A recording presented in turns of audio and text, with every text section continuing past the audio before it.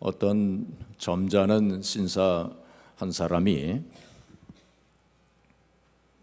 길을 가다가 보니까 길가에 어떤 집 앞에 어린아이 하나가 초인종을 누르려고 애를 쓰고 있었어요.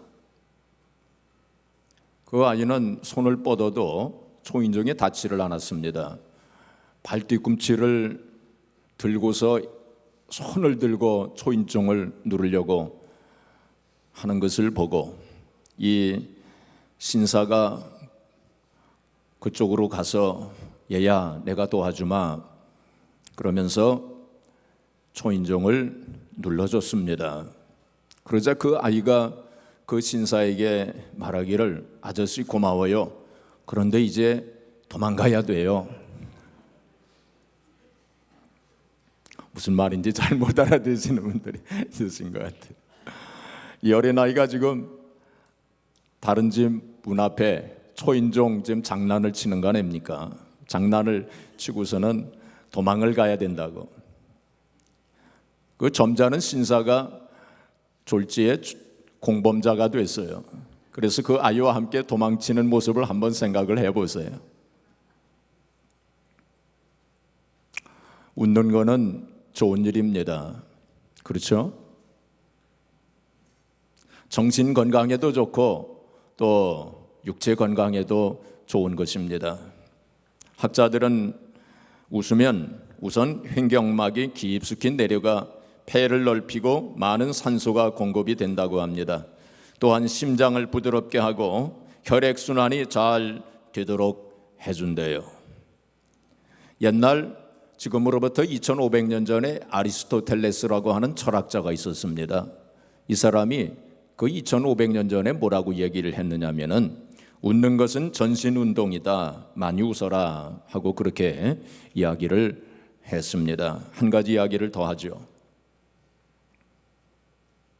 어떤 교회에서 이제 광고 시간에 이렇게 광고를 했답니다. 다음 주에는 여선교회 주최로 각 가정에서 필요 없는 물건들을 가져와 싸게 판매하는 거라지 세일을 가질 예정입니다. 필요 없는 물건들 다 가져오시라고 그렇게 광고를 하면서 잊지 마시고 남편들을 꼭 데리고 나오시기 바랍니다. 그래서 남편들이 필요 없는 물건이 남편들 꼭 데리고 나오시라고 그랬습니다. 미국 스탠포드 의과대학교에서 웃음의 효과를 연구했습니다. 1시간 동안 웃음이 터지는 비디오를 보여주고 몸속에서 일어나는 변화를 조사했답니다. 그때 암을 억제하는 호르몬이 평소보다 200배가 증가되더라는 것입니다. 놀라운 일이죠. 1시간 동안 신나게 웃었더니 암을 억제하는 그 호르몬이 200배가 나왔다는 것입니다. 평소보다. 한바탕 웃을 때 몸속에 650개의 근육 중에서 231개의 근육이 움직여 위장과 가슴과 근육과 심장 전체를 움직이게 하더라고 합니다. 1분을 웃으면 이틀을 더 살 수 있고 5분을 웃으면 500만 원 상당의 엔돌핀이 우리 몸에서 생산된답니다. 일반적으로 웃는 사람은 심장이 더 튼튼하고 암을 이길 수 있는 저항력이 더 커진다고 합니다. 혼자가 아니고 여럿이 모이면 33배를 더 잘 웃을 수 있다고 합니다. 웃을 때 뇌하수체에서 엔돌핀이나 엔케팔린 같은 자연 진통제가 생성된다고 합니다. 그리고 혈액 내 코티졸이라고 하는 스트레스 호르몬의 분비량이 줄어든다고 합니다. 동맥이 이완되어 혈액순환이 잘 되고 혈압이 안정된다고 합니다. 그리고 신체 전 기관의 긴장이 완화되고 심장마비와 뇌졸중 그것이 현저하게 감소된다고 합니다. 굉장하죠? 이래도 안 웃으시겠어요? 웃음의 효과가 굉장합니다.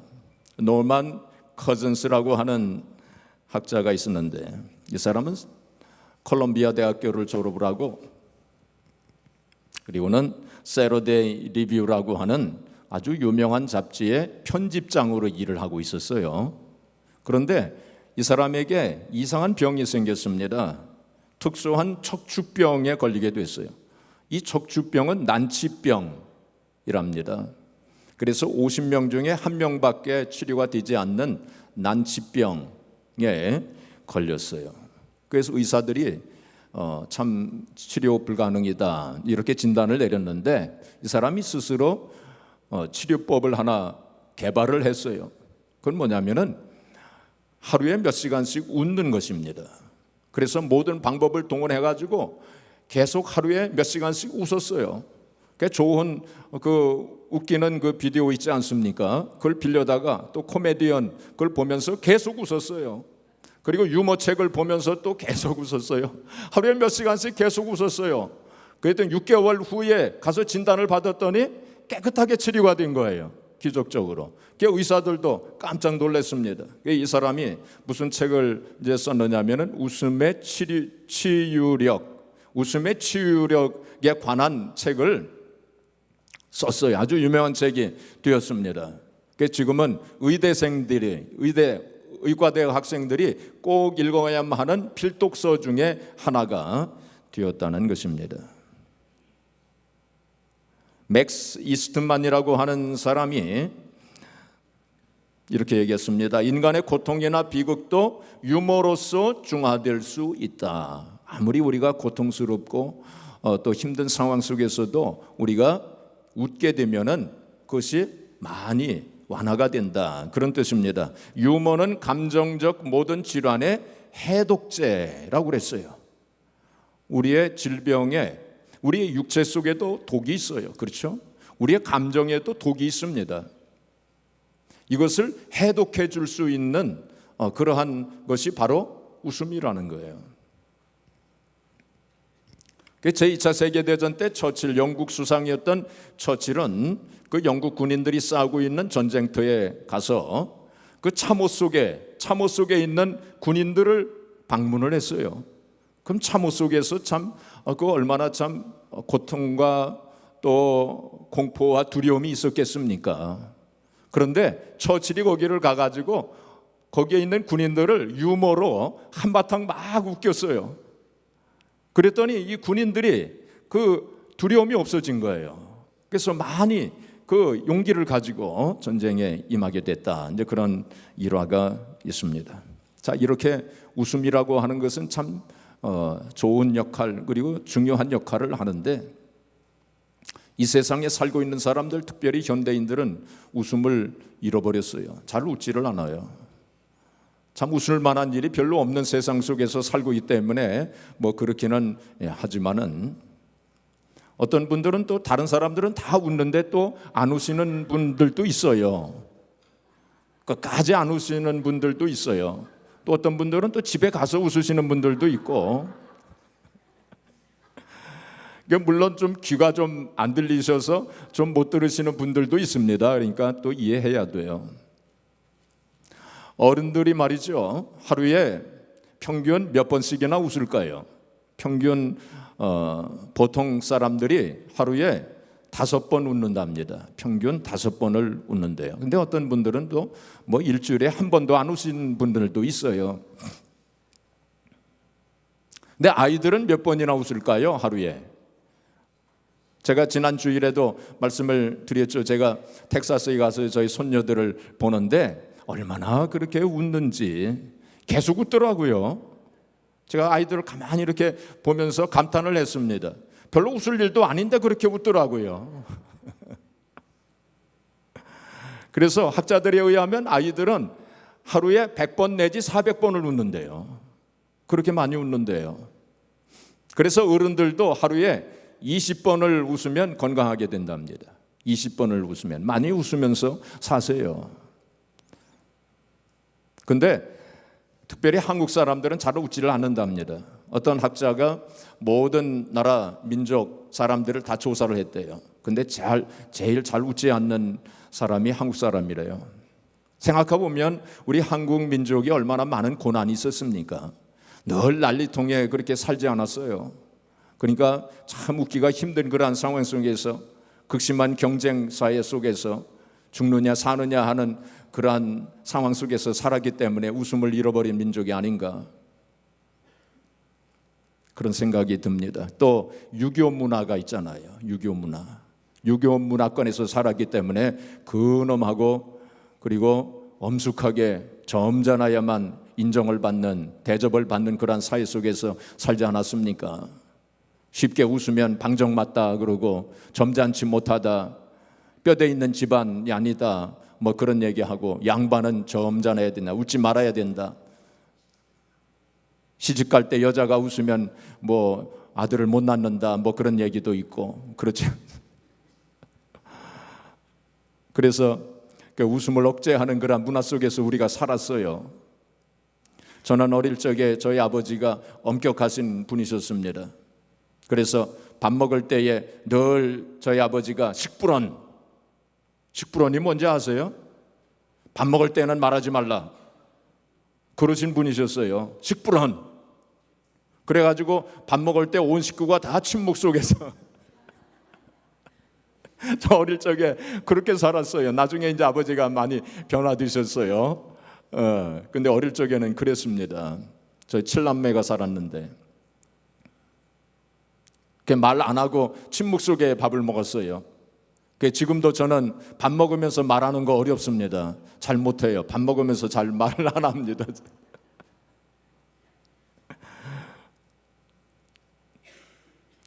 그래서 우리 한국 사람들은 이 서양 사람들보다 이 얼굴 근육이 발달하지 못했대요. 잘 웃지를 않아가지고.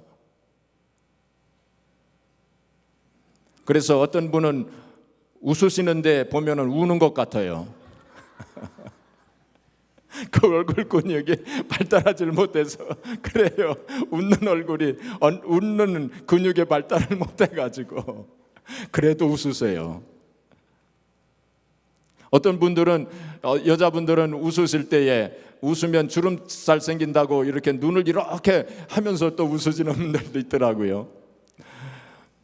근데 웃으면 주름살이 없어질 줄 믿습니다. 이렇게 많이 웃으시면서 그래 사세요. 우리는 하나님을 믿기 때문에 얼마든지 웃을 수 있는 그러한 근거를 가지고 있는 사람들 아닙니까? 그런데 말이죠, 세상 웃음은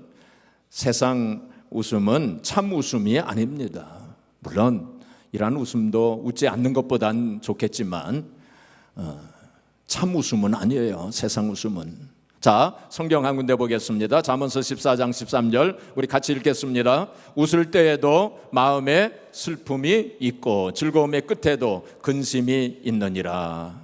웃을 때에도 마음에 슬픔이 있어요. 그리고 즐거움의 끝에도 근심이 있어요. 전도서 2장 2절에 보시면 내가 웃음에 관하여 이르기를 그것은 미친 것이라 했다 그랬어요. 웃음에 관하여 말하기를 내가 미친 것이다. 무슨 뜻이냐면은 웃을 일이 없다 하는 그런 의미가 여기에 있습니다. 그 다음에 누가복음 6장 25절에 보시면 너희 지금 웃는 자여 너희가 애통하며 울리라. 그건 잘못된 일에 웃는 자를 가리킵니다. 잘못된 일에 우리가 웃어서는 안 되겠죠. 세상에서는 우리가 자식을 보고 웃다가 또 웁니다. 그렇죠? 큰 집을 샀다고 좋아서 웃다가 또 우는 경우도 많아요. 보석을 사서 좋다고 웃다가 또 울기도 합니다. 나는 웃지만 옆에 있는 사람이 우는 것을 보고 마음대로 웃을 수도 없어요. 내 아들은 합격을 해가지고 좋다고 웃는데 또 옆에 집은 불합격해가지고 우는 것을 보고 마음대로 웃을 수가 없습니다. 나는 진급을 해가지고 좋다고 웃지만은 또 진급에 탈락된 사람들의 그 우는 것을 우리가 보면서 또 마음대로 웃을 수가 없습니다. 나는 내 비즈니스가 잘 돼가지고 웃지만은 또 내 비즈니스가 잘 됨으로 옆에 사람 비즈니스가 또 안 되는 그러한 집이 있는 것을 보고 그 사람이 우는 것을 우리가 볼 때가 있어요. 나는 내 가게가 안 되는 거 좋은 가격에 팔았다고 좋아서 웃지만은 그 가게를 인수한 사람은 이제 망하게 되었다고 우는 것을 우리가 또 보게 됩니다. 그렇죠? 요즘 월드컵이 한창인데 이긴 팀은 좋아서 막 웃지만은 진 팀은 울잖아요. 그 세상의 웃음이라고 하는 것은 그렇습니다. 세상에서는 사람들이 참 조롱하는 웃음도 있고, 그렇죠? 또 비웃는 웃음도 있어요. 비웃는 웃음은 웃지 마세요. 비웃는 웃음은 건강에 안 좋답니다. 참 어떤 때는 세상에서는 허무한 웃음도 있어요. 그렇죠? 탄식 속에 나오는 웃음도 있어요. 세상의 웃음이라고 하는 것은 그렇습니다. 그런데 하나님께서 주시는 웃음은 그러면 어떤 웃음인가? 하나님께서 주시는 웃음은 함께 웃을 수 있는 웃음이에요. 어떤 웃음입니까? 함께 웃을 수 있는 웃음이에요. 자, 오늘 본문 말씀 6절 말씀 우리 같이 읽겠습니다. 사라가 이르되 하나님이 나를 웃게 하시니 듣는 자가 다 나와 함께 웃으리로다. 여기 하나님께서 웃게 하신다고 그랬어요. 사라를 웃게 하셨어요. 근데 사라와 함께 모든 사람들이 다 웃는다는 거예요.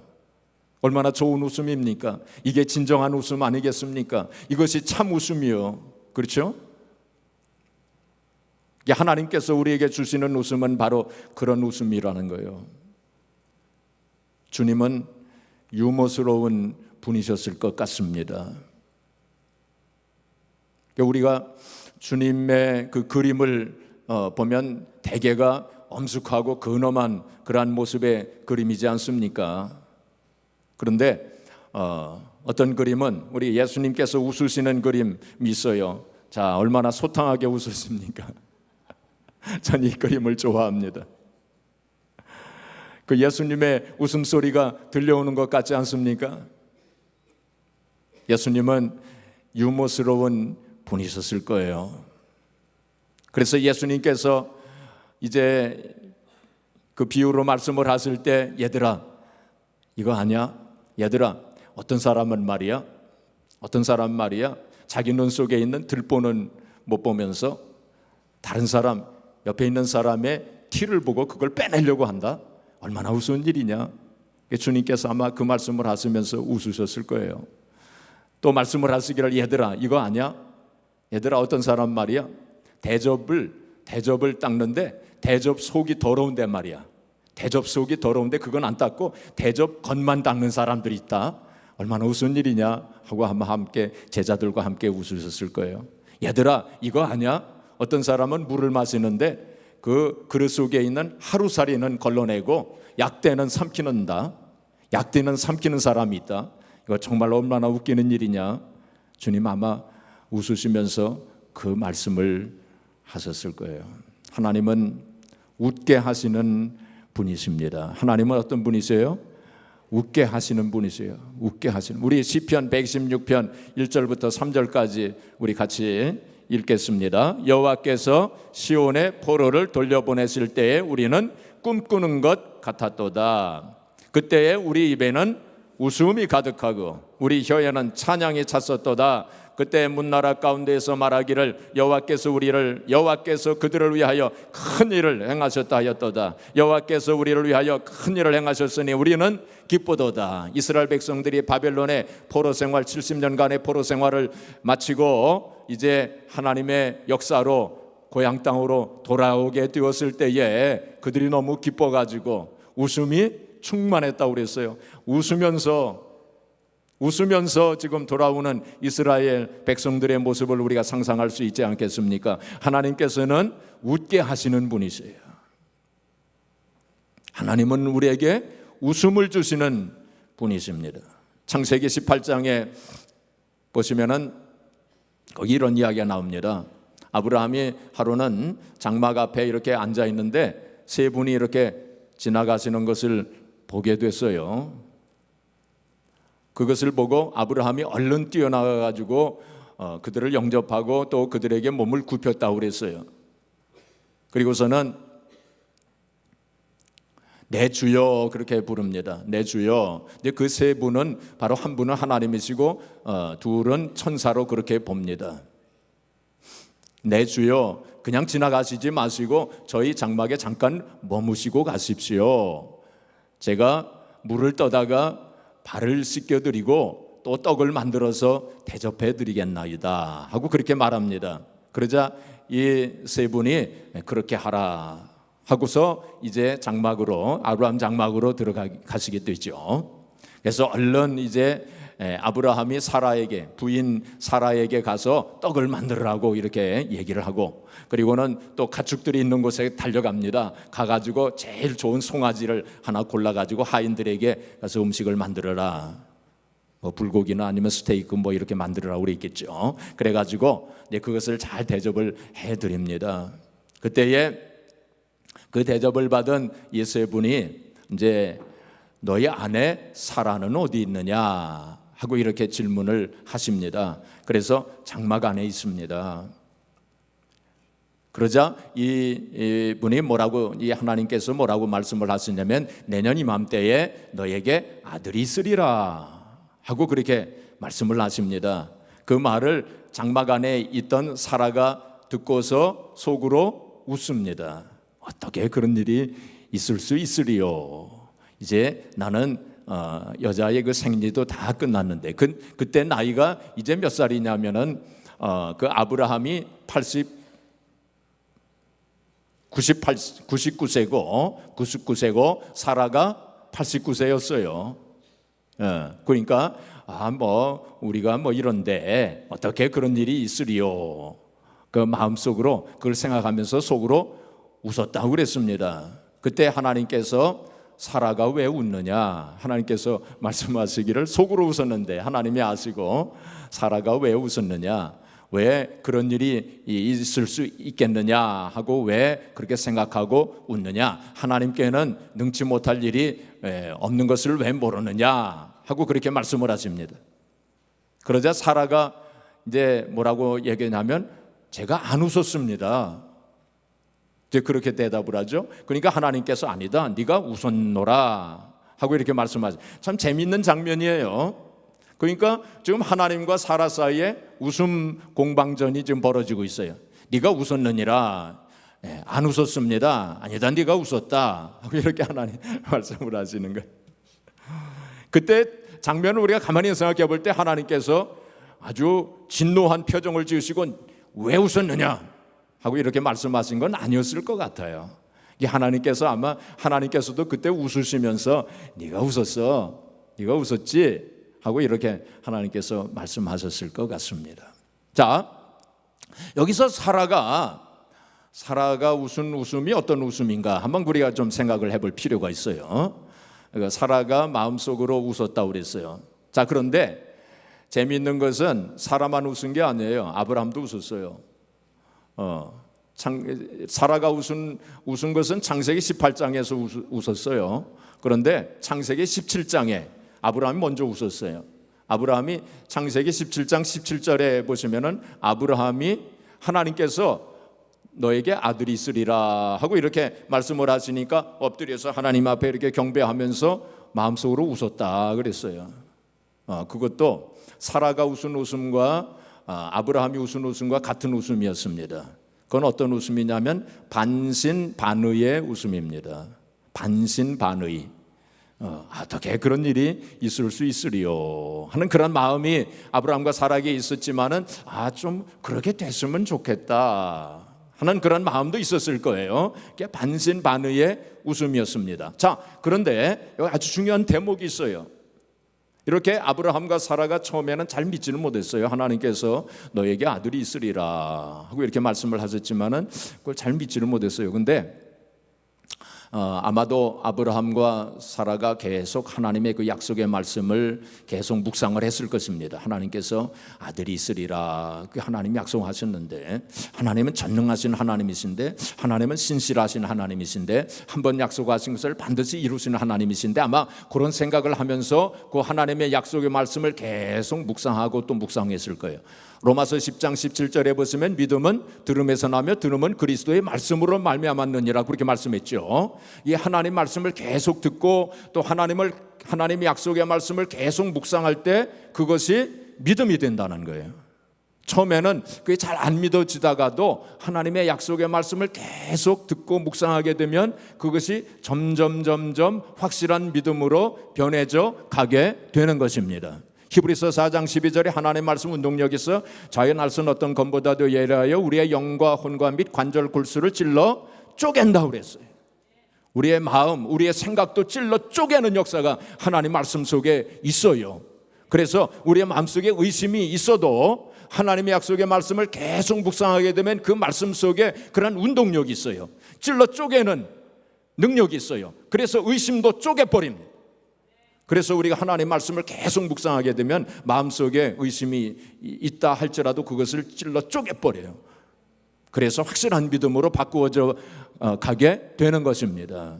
그래서 결국은 아브라함과 사라가 확실한 믿음을 가지게 됐어요. 그래서 로마서 4장에 보시면 그 아브라함과 사라의 그 믿음의 특징을 말씀하고 있지 않습니까? 그 아브라함과 사라의 믿음의 특징은 세 가지입니다. 첫째는 뭐냐면 바랄 수 없는 중에 바라고 믿었어요. 아브라함과 사라가 어떤 믿음을 가졌어요? 바랄 수 없는 중에 바라고 믿었어요. 바랄 수 있는 중에 바라고 믿는 것은 누구나 다 할 수 있어요. 그러나 바랄 수 없는 중에 바라고 믿었어요.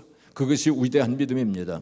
두 번째는 어떤 믿음을 가졌느냐면은 믿음이 약하여지지 아니하였다고 그랬어요. 아브라함의 몸이 죽은 것 같음과 사라의 그 생리가 끊어졌음에도 불구하고 그들의 믿음이 약하여지지 아니하였고 그렇게 말씀했어요. 세 번째는 어떤 믿음이냐면은 의심하지 아니하고 확실한 믿음을 가졌다고 그랬어요. 의심할 수밖에 없는 그런 상황이었지만은 의심하지 않았다고 그랬어요. 그것이 아브라함과 사라의 믿음의 특징입니다. 세 가지. 첫 번째는 바랄 수 없는 중에 바라고 믿었고, 두 번째는 믿음이 약하여지지 아니하였고, 세 번째는 의심하지 아니하였다고 그랬어요. 이 세 가지 확실한 믿음을 가지게 됐어요. 결국은 그러한 믿음을 통해서 하나님 역사하셨고, 결국은 오늘 본문 말씀에 보면은 이제 사라가 아들을 낳게 되지 않습니까? 그렇죠? 그래서 그 이름을 뭐라고 했죠? 이삭이라고 했죠. 이삭이라고 하는 의미가 뭐죠? 웃음이란 뜻입니다. 이삭이라고 하는 의미가 웃음이란 뜻이에요. 하나님께서 우리를 웃게 하셨다. 웃게 하셨다. 사라가 그래서 기쁨으로 하나님 앞에 감사를 드리면서 우리가 함께 웃으리로다 하고 그렇게 고백하지 않았습니까? 그래서 하나님께서는 믿음 있는 자를 웃게 하시는 분이에요. 어떤 자를 웃게 하셔요? 믿음 있는 자, 믿음 있는 자를 웃게 하세요. 아브라함과 사라가 확실한 믿음을 가지게 되었을 때 그 믿음을 통해서 하나님 역사하셨고, 그래서 그 믿음을 통해서 아브라함과 사라가 웃게 된 거예요. 믿음이 있는 자를 하나님 웃게 하세요. 확실한 믿음을 통해서 아브라함과 사라와 같은 그런 확실한 믿음을 통해서 웃게 되는 그런 믿음을 가지시기를 주님의 이름으로 축복합니다. 그리고 또한 하나님께서는 어떠한 자를 웃게 하시느냐면 회개하는 자를 웃게 하세요. 회개하는 자. 누가복음 19장에 보시면은 그 삭개오 이야기가 나오지 않습니까? 삭개오가 그 예수님을 만나기 위해서 뽕나무에 올라가죠. 근데 우리가 가지고 있는 새 성경을 보게 되면은 그 뽕나무를 돌 무화과 나무로 그렇게 바꿔서 번역을 했어요. 하여튼 그 삭개오가 돌 무화과 나무 위에 올라가서 이제 주님을 이제 보지 않습니까? 주님께서 너희 집에 유하리라. 그래서 삭개오 집에 주님께서 가셨죠. 그리고 삭개오가 잘 주님을 이제 대접을 하고, 그 삭개오가 주님 앞에 회개하지 않습니까? 삭개오는 세리장이었기 때문에 참 그 당시 그 잘못된 일을 많이 하고 남의 것을 빼앗고 아마 그런 일을 많이 했던 모양이에요. 삭개오가 주님 앞에 회개하지 않습니까? 제 재산의 절반을 가난한 사람들을 위해 나눠주겠습니다. 그리고 토색한 것이 있으면, 남의 것을 빼앗은 것이 있으면 4배나 갚겠나이다 하면서 그렇게 회개하지 않습니까? 그것은 회개 열매를 맺은 거예요. 제가 회개합니다 하고 말로만 한 것이 아니라 행동으로 보여준 거예요. 그것이 바로 회개 열매죠. 주님께서 진정으로 삭개오가 회개하는 그것을 보시고 구원이 이 집에 이르렀도다 하고 그렇게 선포하십니다. 그때 삭개오가 얼마나 기뻐했겠습니까? 얼마나 즐거워했겠습니까? 아마 삭개오가 많이 웃었을 거예요. 바로 진정으로 회개하는 자에게 웃음을 주시는 하나님이십니다. 우리가 사도행전 3장에 보시면 베드로, 요한이 성전 민문에 앉아 있었던 안진뱅이를 이렇게 세우잖아요. 예수님의 이름으로. 그래야 사람들이 놀라서 이제 베드로, 요한을 쫓아다니게 되죠. 그때에 솔로몬 행각이라고 하는 곳에서 베드로가 설교하지 않습니까? 그 사람들을 향해서. 그때 베드로가 어떤 말씀을 이제 하느냐면은 너희가 회개하여 죄 없이 함을 받으라. 회개하여 죄 없이 함을 받으라. 그래야 하면 유쾌한 날이 이르게 될 것이다. 그렇게 말씀했어요. 유쾌한 날. 근데 옛날 성경 유쾌한 날이라고 되어 있는데 이제 우리가 가지고 있는 이 성경은 새롭게 되는 날이 이르게 될 것이다. 그렇게 했어요. 영어 성경은 리프레싱이라고 그래 했습니다. 그건 무슨 말입니까? 바로 우리가 진정으로 회개할 때 우리의 마음속에 새로운 마음이 생겨나고 즐거운 마음이 생겨난다. 기쁨이 생기게 되고 웃음이 회복이 된다. 그런 뜻입니다. 우리가 진정으로 회개할 때 기쁨이 생겨요. 웃음이 생기게 되는 것입니다. 그래서 독일 신학자, 유명한 독일 신학자였던 몰트만은 뭐라고 얘기했냐면 인간은 자기의 억압된 자유에서 벗어나야 참으로 웃을 수 있다 그랬어요. 인간은 자기의 억압된 자유에서 벗어나야 참으로 웃을 수 있다. 이걸 바꿔 말하면 억압된 자유가 억압된 그런 상태에서는 우리가 참으로 웃을 수 없다 그랬어요. 그러니까 사람들은 지금 죄의 억압 속에서 살고 있습니다. 마귀 사탄의 억압 속에서 살고 있어요. 자기의 억압, 세상의 억압 속에서 살고 있어요. 그런 억압이 있는 경우에는 참으로 웃을 수 없다는 거예요. 여기서 벗어날 때, 참 자유를 누리게 될 때, 그때 우리가 참으로 웃을 수 있다는 거예요. 그 예수님께서는 바로 우리에게 그러한 참 자유를 주시기 위해서 죄의 종으로부터, 마귀 사탄의 종으로부터, 세상의 종으로부터 자유함을 주시기 위해서 우리에게 오신 분 아닙니까? 다시 말하면 예수님께서 오신 것은 바로 우리에게 웃음을 주시기 위해서 오신 분이에요.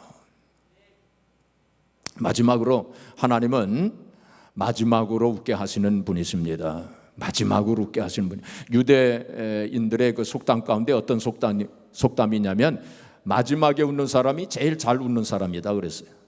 마지막에 웃는 사람이 제일 잘 웃는 사람이다. 근데 하나님은 마지막에 웃게 하시는 분이에요.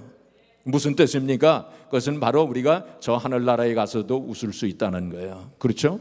이 세상에서 아무리 많이 웃은 사람이라 할지라도 저 세상에 가서 웃지 못하면 그건 다 헛된 인생을 살은 거예요. 그렇죠?